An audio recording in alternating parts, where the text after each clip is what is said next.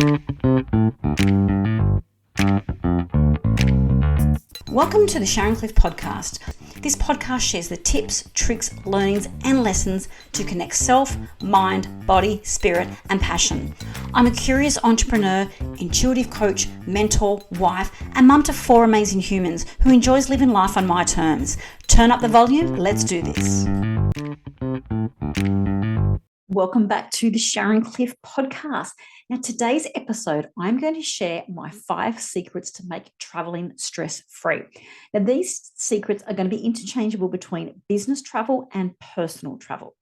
So listen up. Now, I have done so much travel in 2022. Started from January and it's still going. And some weeks I would have 8 flights in a week. So I am an expert in this topic. Trust me, between traveling between my own state of Queensland, between traveling nationally across every state across Australia, and also having already done 2 overseas trips this year and 1 more to go, I know the secrets and I'm going to share them with you. So I would love to know, when you've listened to this episode, shoot me through a DM on social media and let me know, did these tips help you? What did you find the most helpful? And also, where have you traveled so far and what's on your bucket list? Let me know. I would love to hear from you. Okay, secret number 1 is going to be around what you do before and after your trip. Secret number 2 is going to be around accommodation and food, because that's a pretty important part of your trip. The third secret is going to be around routines and how to keep up your energy when you're traveling. Secret 4 is going to be around keeping things moving and in balance and in check at home and with your family or with your business while you're away. And secret number 5 is going to be around the logistics. And trust me, this is the one that people forget about. They get so hyped and so into their travel plans, they actually forget about some of these key things. So let's start with secret number 1, before and after you travel. Now, before you travel, make sure you've got a list of what things you're going to pack. Have a look at what the weather's going to be like. And you know what? If you're going for 5 days, pack for 3, because I'm sure you can wear those jeans more than once, and I'm sure you can pop on that dress more than once, and the jacket, you can wear that a few days. So look at how long you're going for and don't pack for an outfit a day, and pack some interchangeable things like jeans you can wear with a couple of different tops. So that's my big tip around packing when you're going for your trip.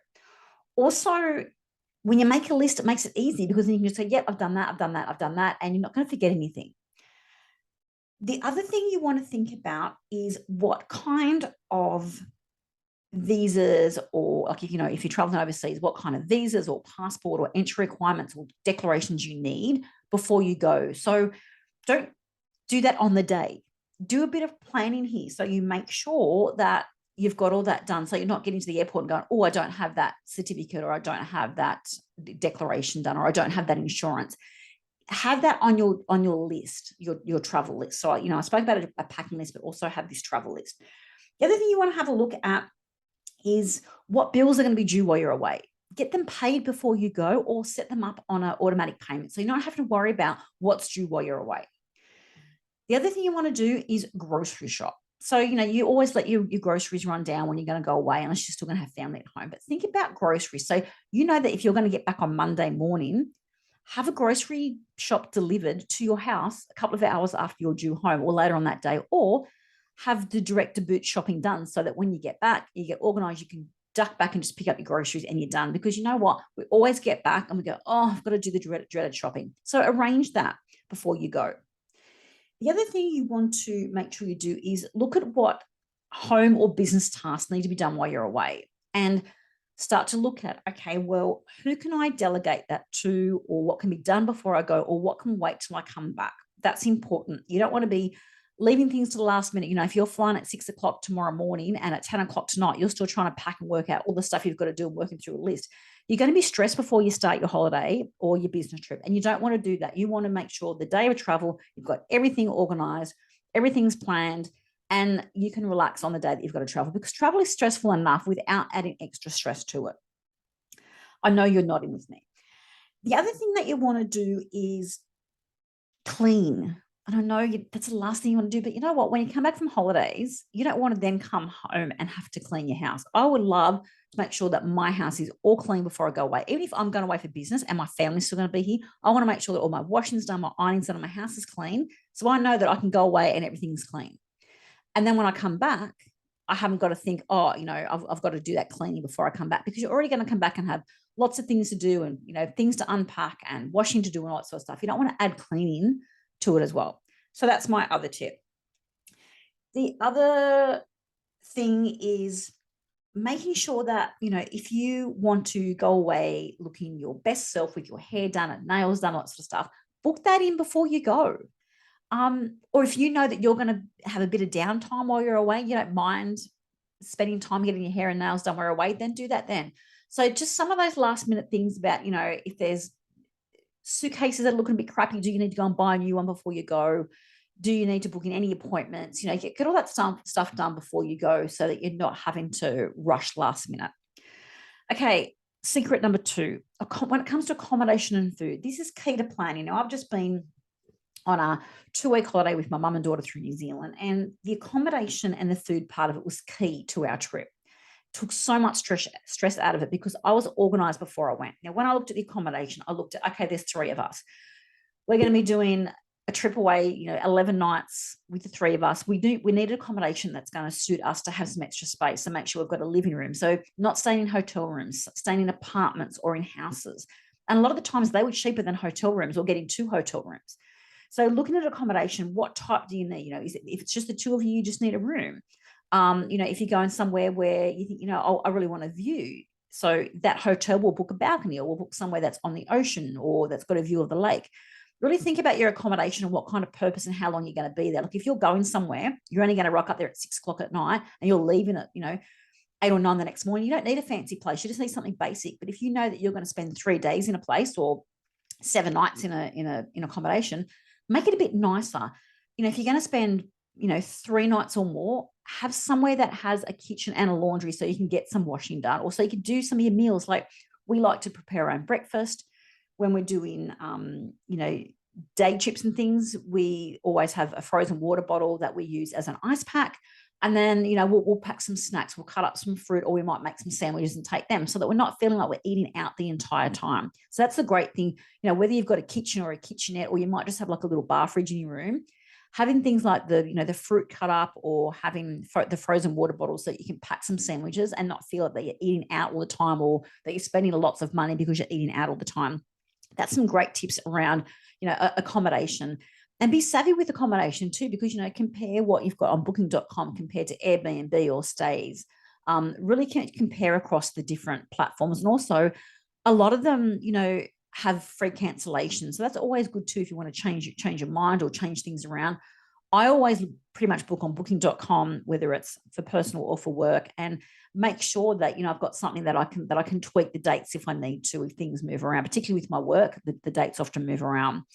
The other thing too is, if by booking everything on booking.com all the time, I'm getting rewarded for that. I'm going up different levels of that platform. So I might get, a late checkout, or I might get a free breakfast, or I get free room upgrades. That's the great thing about traveling. Try and use the same booking platform.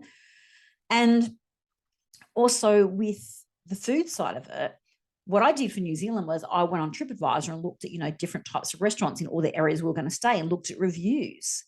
And we ate at the best places. We had great service. We had fantastic food. It was all reasonably priced. And I found all of those places on TripAdvisor. The same when we went to Bali earlier this year. I looked on TripAdvisor, looked what kind of restaurants and how much they were. I was able to click on the menus or go through their social media and see, what kind of meals they were doing, all that sort of things, when they were open, what nights they weren't. Like when we were in one town in New Zealand, no restaurants were open that night, only one. And if it wasn't for me being able to work through what was open, what was not, the restaurant that we actually went to that was open stopped serving 5 minutes after we got there because they were fully booked, because obviously everyone last minute goes, oh, it's the only thing open. But because we had already planned it, we already got there and we were, insured a table. So that's the great thing about checking out accommodation and food. And also, when you're booking your accommodation, have a look. where it's actually based, is it somewhere where you can walk around everywhere? So like when we go somewhere, whether we have a car or don't have a car, we like to be able to walk to all the restaurants or walk to the shops or walk to activities. Or if you know that, you're going to have a car, does that accommodation have parking? Do they have free parking or is it paid? Because you might find accommodation might be $200 a night, but it's then $40 to park there every day. So really look at that when you're looking at accommodation, because that's the biggest secret with accommodation. People are so busy going, oh, wow, this hotel, it's an amazing deal. But look at the parking terms. Also look at check-in and check-out times. I, have arrived at hotels, 6:30 and 7 o'clock at night. And it's like, well, are they still there to check you in or is it self-check-in? So look at that as well. Be mindful of check-in and check-out times as well. And, if you need to be close to certain amenities, make sure that that hotel has got that. And making sure that, where you are, if you don't have a car, how far is it to walk to the grocery store? That sort of thing. So think about that when you're looking at accommodation. Area number 3 is routine and energy. And for me, when I'm traveling, particularly some days I might travel between 2 or 3 different states, I need to make sure that breakfast is a non-negotiable for me. I've always got to have a great breakfast. So I look to see, okay, what airline am I flying? Am I going to get snacks? Am I going to get nothing? Am I going to get a meal? Or am I part of a frequent flyer lounge where I can go and eat a meal before I get on the plane? Or do I need to make sure I have something before I go? So that's my big thing with food. And, do I need different snacks to have through the day and make sure I've got a bottle of water or an empty bottle that I tuck on the plane that I fill up with me, making sure that I'm sticking to my routine of, good meals, eating healthy, and also drinking water. And some of the other things to do with my routine, and this, it's interchangeable, whether it's business or personal travel, is that taking my journal so that I can also do some journaling, downloading podcasts before I go so that I'm able to keep with that journey of self-development all the time, or having my book. And the other thing too is, I like to make sure that I'm moving my body every day. So keeping in that routine, whether I can do a workout in my hotel or whether I can do a walk when I get there. So that's the other thing around, routine. What sort of things do you do in your daily or weekly routine that you could take with you on holidays? The things that make you happy, but also the things that give you energy. So, if you know that you need to go for a run, or you need to go for a walk, or you need to go for a bike ride, or you need to go to the gym, or you need to, eat so many meals a day, or drink so much water, or get out in nature, or whatever you need to do as part of your routine or your habits, or in what you do, make sure that you're doing those things each day to maintain your happiness and joy and fun, but also to maintain your energy levels. So if you need time, like when we did this New Zealand trip, we had lots of time together, but I also needed to make sure I built in time so that there was time for me, because I can feel my energy by being with people. I love the energy and the vibe about people, but I also need to also be in my own energy. So, having separate rooms in a number of the accommodations so that, at nighttime I could go and just listen to a podcast or read a book or listen to music or just sit there in my own thoughts or journal, or I could do that in the morning, or I could go and do a little walk on my own. Just things like that, making sure you're looking at how your energy depletes and how you actually feel your energy, what you can do while you're on holidays, the things that you normally would do when you're at home or whether you're traveling for work. The next thing around routine is take some things from home. So, I always take my mouse, and sometimes I take my keyboard, depends where I'm going. I make sure I take, some of my little things like my spray that I spray on my face that refreshes my face. Taking your really nice moisturizers, I've got $3 masks that I take from Woolworths to put on my face so that I feel nice. Just some of those nice things that you can take from home.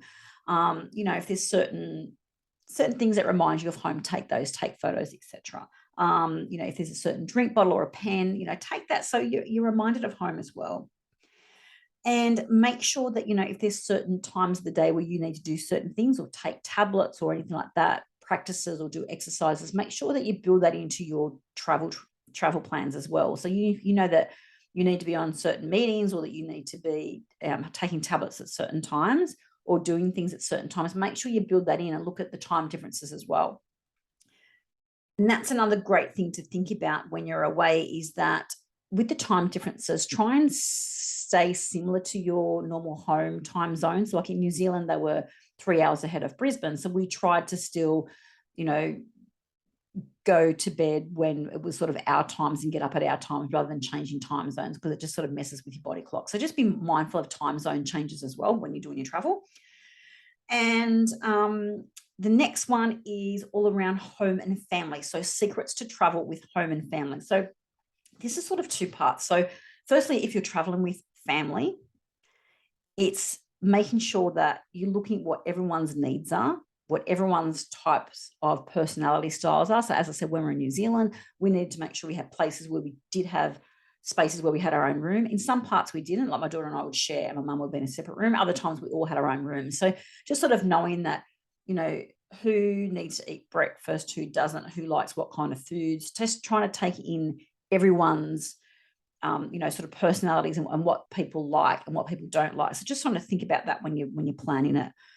The other thing is when I'm traveling for work, we've got a whiteboard that has where everyone's at, what their shifts are for work, whether they're at school, whether they're away, and then with my twins, because they are still on their learners permit, they've got to be driven around. So who's driving them? So having that schedule, whether you're with your family or part of your family, so like my daughter was with us, so we didn't have to worry about that, but knowing what they've got to do and who's got to do it stops them asking you all the time, or stops things blowing up because someone's late for work or someone has missed picking someone up. If you've got all that routine down at home, and we have this all the time, regardless of whether I'm there or not, it just makes life for your family at home so much easier when you're away, but it also makes life easier for you when you're away, because you know that they're all running like clockwork. They're doing what they need to do. They're picking up and dropping off and putting bins out. Like our list has what bins go out what day. Just makes things so much easier, even like check letterbox, all that sort of stuff. Makes things so much easier. And the same sort of routine when I'm going away is I have like a checklist, like a Google sheet that has where we're going, what days, where we're staying, and all that sort of stuff, just to make things so much easier for planning for both sides of it. And the other thing too is we have like a meal plan. So we have a thing on the side of the fridge that has each of the days of the week and what we're having for dinner. And it just makes it so much easier. And then they all know what they've got to do. They know who's going to go shopping, what they need to buy. Just makes it easier. The other thing too is making sure that, again, with groceries, if you need to get some things delivered while you're away, or again, before you go away or when you come back, just making sure those basic things. And then, whether if you're going to be away for a while and your family's still at home, organising someone to come in and clean or get them to clean, so that you're not going to have that build up when you get back. It's just about making things easier for you and making sure that everyone knows where everything is. So like if they need to access something while you're away, everyone knows where everything is. It just makes things less stressful for them, but also for you. Now, the final one is logistics. So as I've mentioned over a few of the key secret areas is, making sure that when you're looking at hotels, that you've got the parking side of it. So, are you need to be catching Ubers or taxis where you're going? Have you got hire cars? Look at, your travel time. So how far is it going to be from your place to the airport? How much driving time have you got?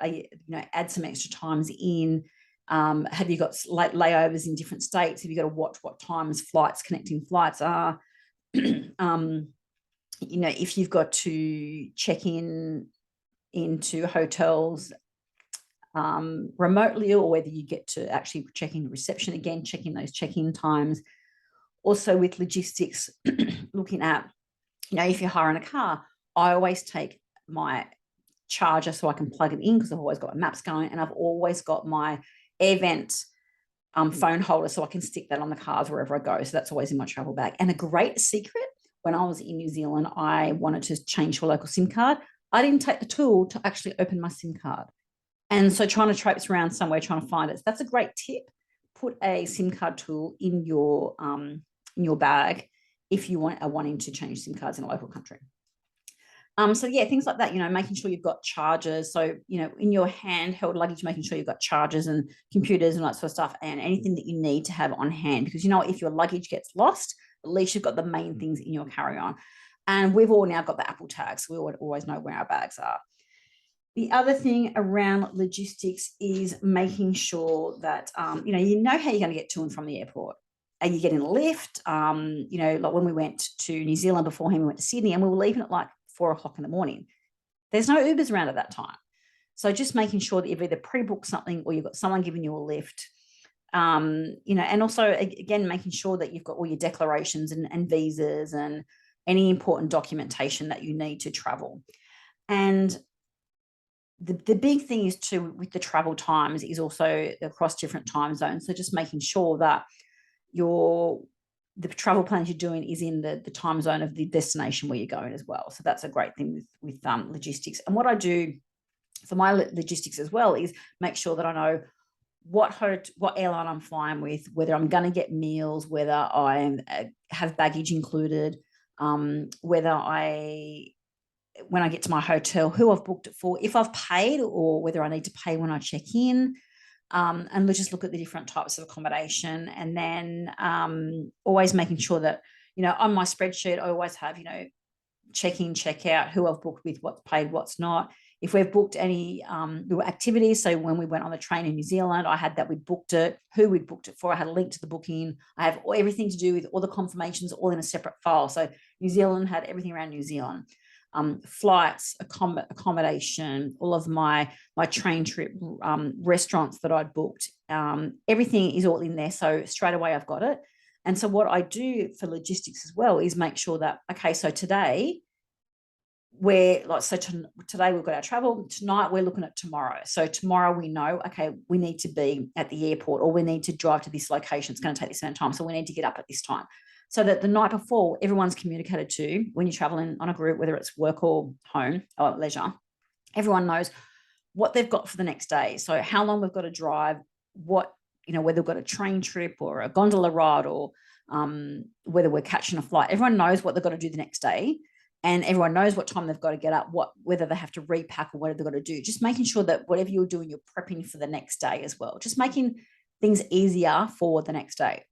And then, for at the end of the day, for the day you've just done, okay, well, was there anything we needed to tweak? Is there anything that we need to follow up? Like, do we need to find out where we've got to park, or what time we can check in for our next place? And then we've got gaps. So, you do need to book restaurants for the next day, all that sort of stuff around logistics. So those are my five secrets across the 5 areas, whether it be for business or for pleasure.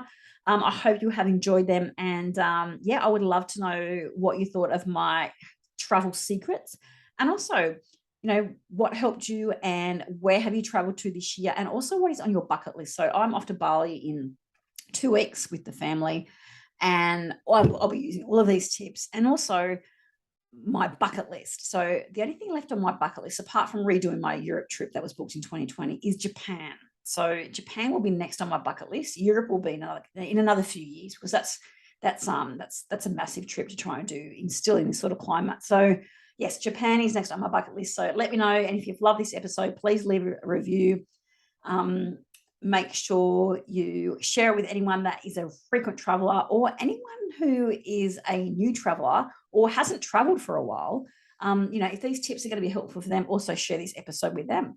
And until next time, enjoy your next holiday. Thank you for being part of this week's episode. I would love to hear your thoughts, questions, ideas, and suggestions for future topics for the podcast. So please get in touch on Instagram, The Sharon Cliff, or through my website, sharoncliff.com.au. And if you're enjoying the podcast, please go and rate it, leave a review, and subscribe so more people can find out about it. Until next time, that's all from me.